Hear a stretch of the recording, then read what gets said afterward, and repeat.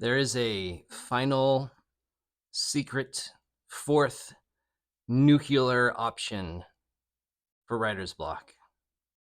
So yesterday I posted 3 videos about the 3 general ways to get over writer's block, physically, mentally, and spiritually, right? And that was fine. Got it all off my chest. Took a bath. I was in the middle of the bath and I realized, oh, I forgot to tell people my final resort for when all 3 of those things are as good as they're going to get. And I still can't seem to put words on the page. And here it is. I try to write as badly as possible. I think of the dumbest things that I could possibly think of, and then I deliberately try to write them in the worst possible way. You see, there's something that happens when you're trying to write good. Writing good is hard. It's the hardest thing any writer could do is write good, right? And if you put yourself here and you say, this is the level that I expect from my prose, and you're writing here, it's often very, very frustrating and disheartening because you're so close to where you want to be, but you can't quite get there. And it's like, and you get a little closer, and it gets even more frustrating because you're just that much closer to perfection. Or you sit down and you're like, hey, I want to write here, but I know I'm only going to be able to write here today. And there's such a big gap between the standard I hold myself to and what I can actually provide today, then what's the point, right? I can't write, it's so bad, etc.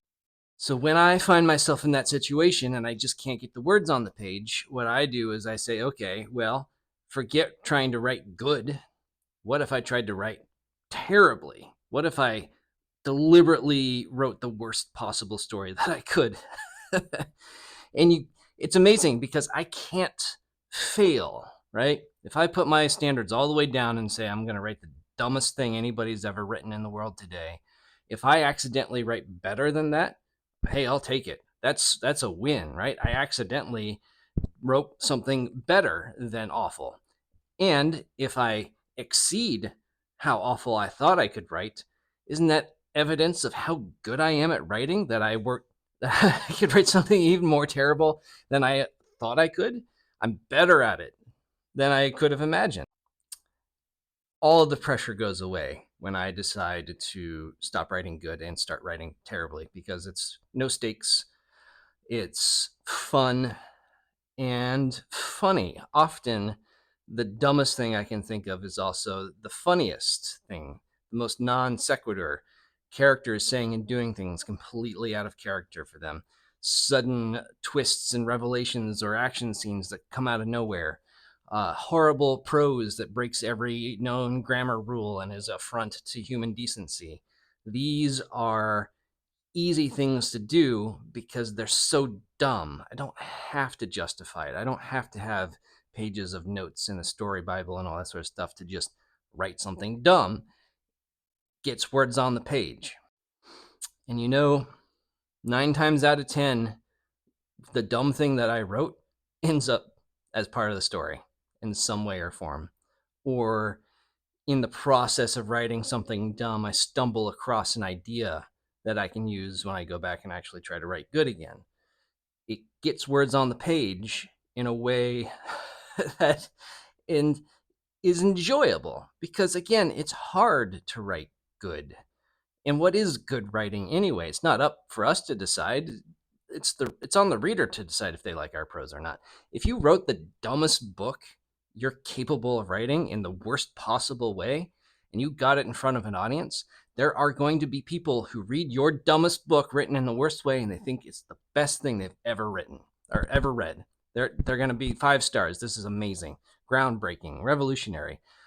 I want more books like this, they'll say, because readers are crazy and they like anything and they hate anything.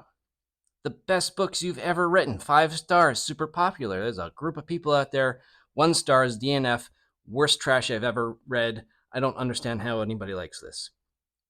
There's no good writing. There's no bad writing. Yes, you can hold yourself to a professional standard. Of course, that's important. But when that professional standard gets in the way of your creativity, then that professional standard is the first thing that should go out the window.